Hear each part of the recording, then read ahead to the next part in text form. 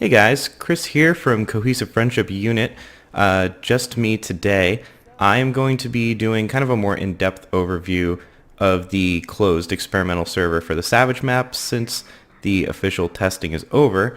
I thought it would be kind of fun to show my best game, go in a little bit more depth real quick. Likes, subs, comments help. We actually are giving away a copy of Far Cry 5 at 200 subs, so definitely sub up for a chance to win. So yeah, basically what I'm going to be doing is showing my best game, and if something is interesting that's happening in the game, I'll mention it. Otherwise, I'm just going to kind of do an in-depth overview of the map. I've had a good, fair shake at it. I've played this a fair amount, and this was probably my best game, maybe 4 or 5 kills. It starts off a little exciting. Uh, there was actually an issue landing, so I couldn't dive straight down, which is why I'm kind of at a disadvantage. But let's get right into it. I really, really like this map. I think this is perfect for a couple reasons. Right off the bat, I think so first off, they show the circle always. Like right when your plane's flying over, you always see the circle. And what's kind of cool about that is it adds to the PvP element in the early game, whereas in the really big maps, a lot of people complain that it's not competitive because the random aspect, you could land in a really bad place and you could essentially get circled and never find a vehicle. In this case, one, the map's small enough that you can easily run a circle. Two, you can always see the circle from the plane, so you can decide as a player strategically, do I want to land in the circle or not? And furthermore, do I want to land in the middle of the circle, the edge, or the outside? And even then, if you land outside, it's not hard. Like I'm landing outside here, and you can see I think I get 2 kills before I get in the circle. And I mean, the circle was kind of the last of my worries. Another thing that they do well with these circles is they move a lot faster. So the circles, and faster I mean circle to circle, the circle's speed is actually relatively slow, which you'll see even like late in the game.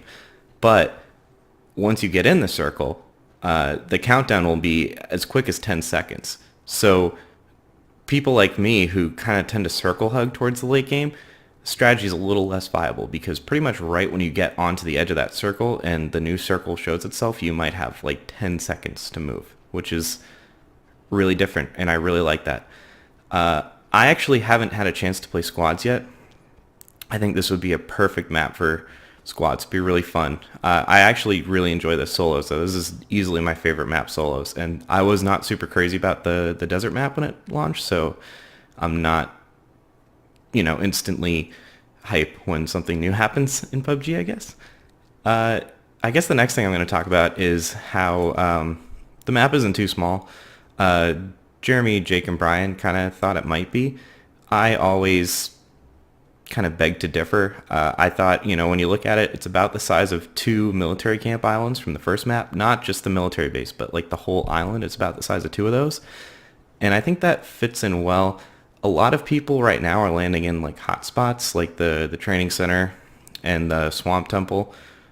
And, so there's just an insane number of kills early on, but I think the meta will work itself out, and you can easily choose to land somewhere where you're not going to instantly find combat, even though this game I tried to do that and I had to kill 2 people.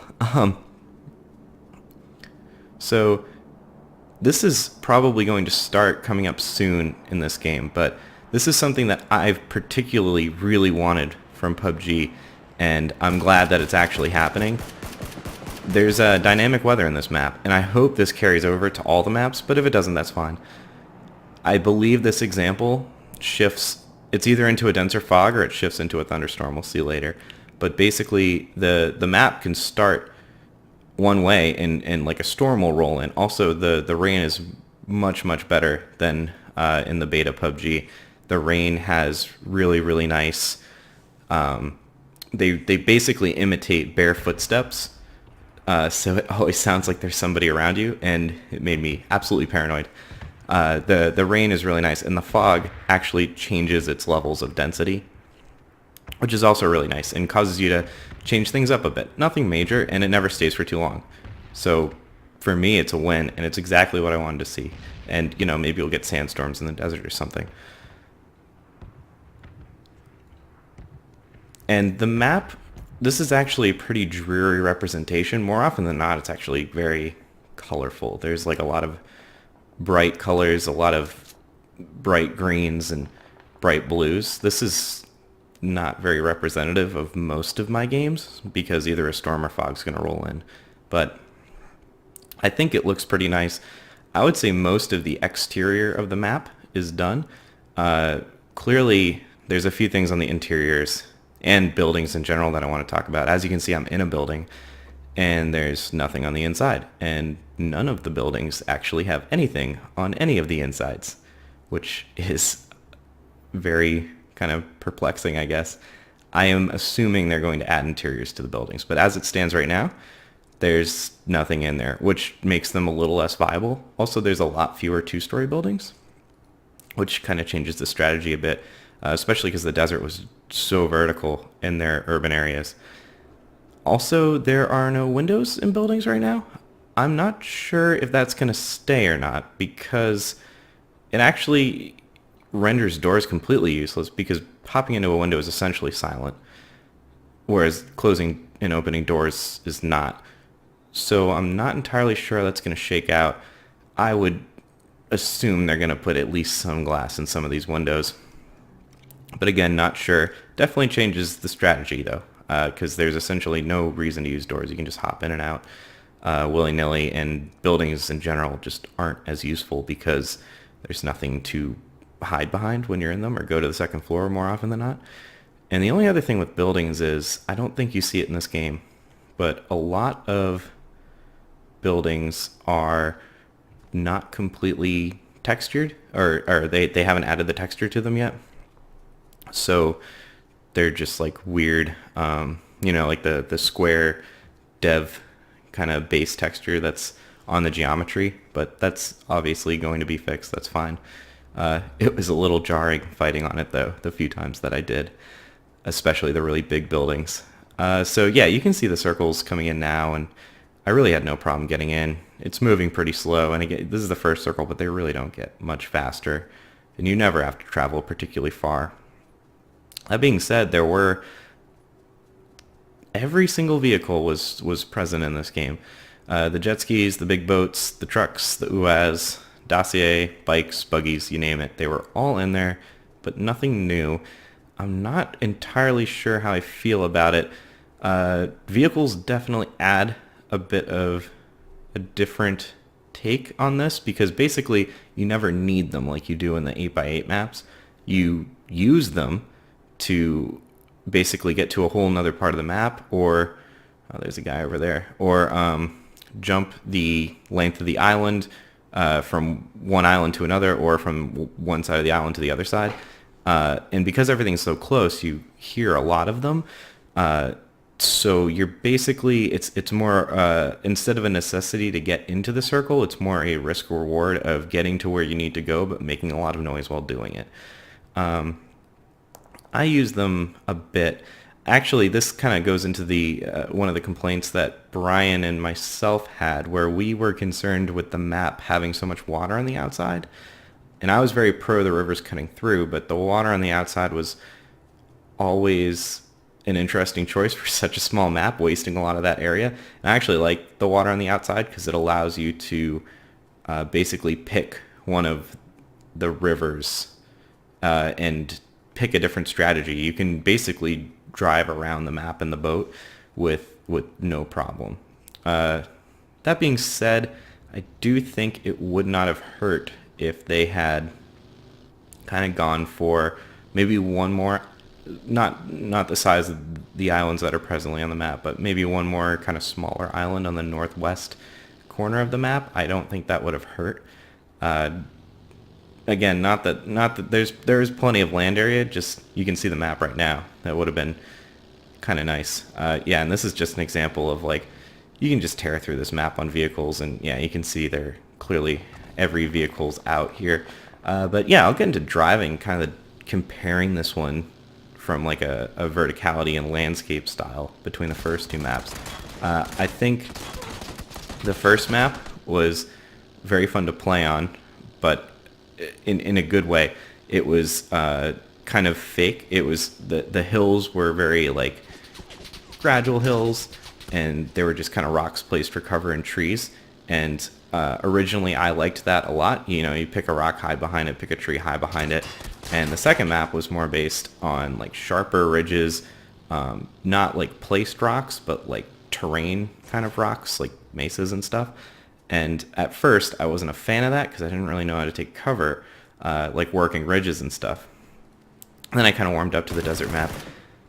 This map is kind of like a really perfect blend of the two. They have a lot of kind of, and you're going to see these later, but they have a lot of like sloped, they have a lot of man-made hills, or hills where they'll cut out portions, like farming type stuff that you can use to obviously work a ridge. They have a lot of rocks and trees like in the first map, and there is a nice touch of occasional verticality from the second map. And I think this is like really a nice happy medium. You can tell that they learned from the two maps. And a lot of people complain about driving on the second map, myself included. Basically, I have to drive on the roads on the second map. I'm not a good driver, but I have to drive on the road on the second map. Whereas the first map, I can go wherever I want without thinking about it. This is, again, kind of like a happy medium. You can probably 75% of the time have no trouble driving off-road, but occasionally you're going to see like that steep drop or like that dense patch of rocks and have to do a little bit more maneuvering. And actually boating down the rivers, they have like shallower parts, and that slows your boat down a bit. So that's kind of something that we hadn't seen yet. So we're warming up to the top 20, and you can see, maybe you have to scroll back in the video a bit, but the fog's getting thicker. And this is kind of what I was talking about, where it's very gradual, and to me, it changes the pace of the game, and it's a nice touch. I think this is, they implemented it in a very, very awesome way. So I guess the next thing I'll talk about are the weapon skins. The ones that I've seen, I'm not particularly hype about right now. Granted, I don't think I've seen them all, but like cosmetics, I like in this game. Like this skirt that I got is awesome, and I love it. And I'm sad that I have to give it up after this, but everything else is, I don't know. The skins just weren't getting to me. There's a good GIF on Reddit where they go into basically paint and they just like reskin part of the gun, and that's all they did. Like they didn't actually put like a texture or something cool or a decal on them. And I kind of agree, this is like, they're a little weak, and I get that there are a lot of like outfits that are kind of supposed to make like look a little goofy and have you like stand out more, like the yellow suit. And I don't know, like the bright orange KAR, just like, I picked it up and I was instantly like, I want to put this down. This is not good. This is not good. But it's just an experimental thing. Hopefully they work out some better skins. Also, to my knowledge, you have to use a key to get them, which I'm not about. They should at least have some that are you can just get from a crate. So we are clearly in the top 20, and the fog is very thick. But yeah, if you've noticed, circles have not been an issue. Even now, in the top 20, we've had a few circles come in. This one is moving very, very slowly, and that's going to be a trend. But when the next one pops, I'll try to point out that the timer is actually going to be pretty quick, and then the next few are also going to continue to be quick. So the loot distribution, as you can see, I just picked up like a ton of boost and some first aid kits. In this map, I think they have to tweak it. There were always vehicles, always boats, and you never need them in this map. And there were always really good attachments, just kind of like laying around. And I assume that they're gonna have to work on the density. I don't know if like it's like the density of an 8x8 map's worth of loot on a 75% smaller map, or if they just haven't finished balancing it out. But I was almost always able to find at least 3 or 4 scopes without killing anybody. In my playtime on the map, I think I found like 4 8x scopes just laying there, which is fairly unusual in my experience. Okay, so yeah, the next circle's coming in and 15 left. So, there's been a few circles. You're going to see, okay, so this one's 1 minute. The next one's going to be quite a bit faster. But 1 minute's still pretty quick. I think usually about this point, it's still like 2 minutes or 1:30. But I think you will see one of the ones that are like 10 seconds or 30 seconds. And the fog has kind of rolled back, I think, a little bit, which is awesome. So I guess the next thing I'll talk about are the idea of the islands and how it affects the circle. We were all talking, Jeremy, Brian, myself, we were all kind of saying that they have to rework their circle a bit and either do different shapes, or I suggested kind of a multiple circle approach where you would have kind of 2 circles that would separate everybody, but then have the 2 circles merge into one later in the game, and it would kind of be like multiple games happening, and then it would weed out the better players or the luckier players. They would make it to the one like final circle almost. And I think this actually is like a better implementation of my idea, this map, because there's 3 islands. So you're going to land on the 3 islands and one of the 3, and you can obviously choose to move between them, but there's a risk navigating water or using the vehicle to go across a bridge, going across the bridge yourself, or taking a boat. You're either going to make noise or you're going to put yourself in a vulnerable spot. So generally you should stay on your island unless you need to cross. And I think that's where this map kind of takes my idea and kind of perfects it, where there's still one circle, but you are naturally isolated in your own zones, and you do cross into new ones. So I thought that was kind of cool. And I think they should continue to kind of push the use of water. I think it works really well. But yeah, overall, I would say, since we're in the top 10, I would say this is definitely my favorite map. And I think this has a lot of really good promise for PUBG. I think this is very, very fun for me. I like it. And the game speed didn't actually change for me. Like the length of a game is still 20 minutes, which is pretty standard, but you are not fighting the environment as much. You're not struggling to get in the circle. There's never going to be a game where you spawn, you're at the other side of the circle, and you feel frustrated because you can't loot, and you just have to run, and hope that you find a car, and then you don't find a car, or you do, and the wheels are shot out. Like, none of that happens anymore. And it makes it, I think, a lot more competitive from the sense that a lot of the bad random elements are removed. You can choose to land in a hot loot spot now, even if it's outside the circle, and you can choose to put yourself at that risk, assuming other people will, and fight that out. I think that's more a choice than a random choice. Obviously, there are still random aspects of this game, what loot you're actually going to find, but I think you are taking a large number of variables into your own hands. And I think that's going to make this game a lot more competitive. Also, it's going to be a lot more fun to watch, I think. You're not going to have people just kind of way out there for endless amounts of time.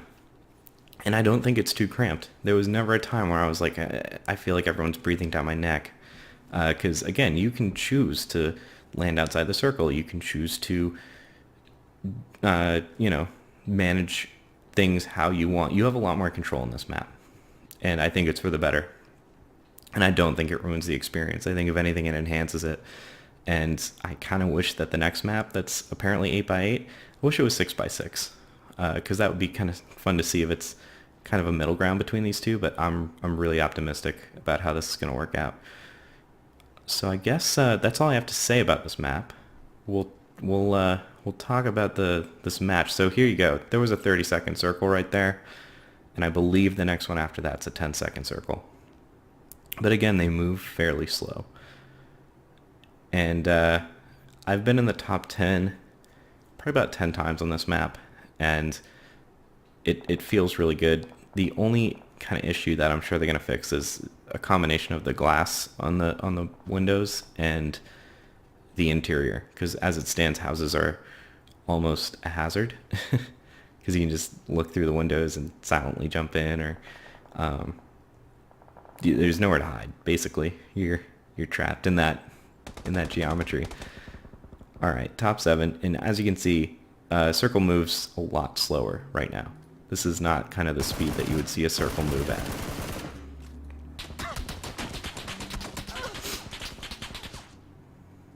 And we're at top 5, and you can see that was kind of like a steeper slope, but you still have these rocks, and you can still bush hide. I actually like the new bushes a lot. And we're top 3.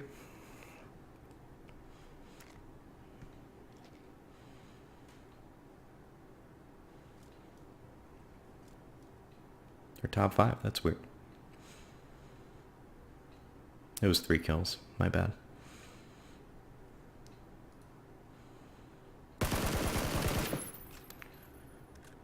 There we go. That was another 30 seconds, but take my word for it, they do get a little crazier.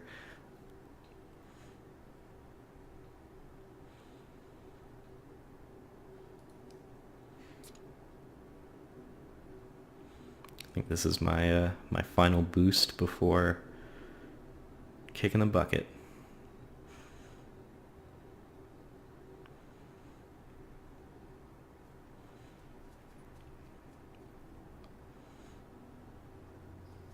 So I get this nice move.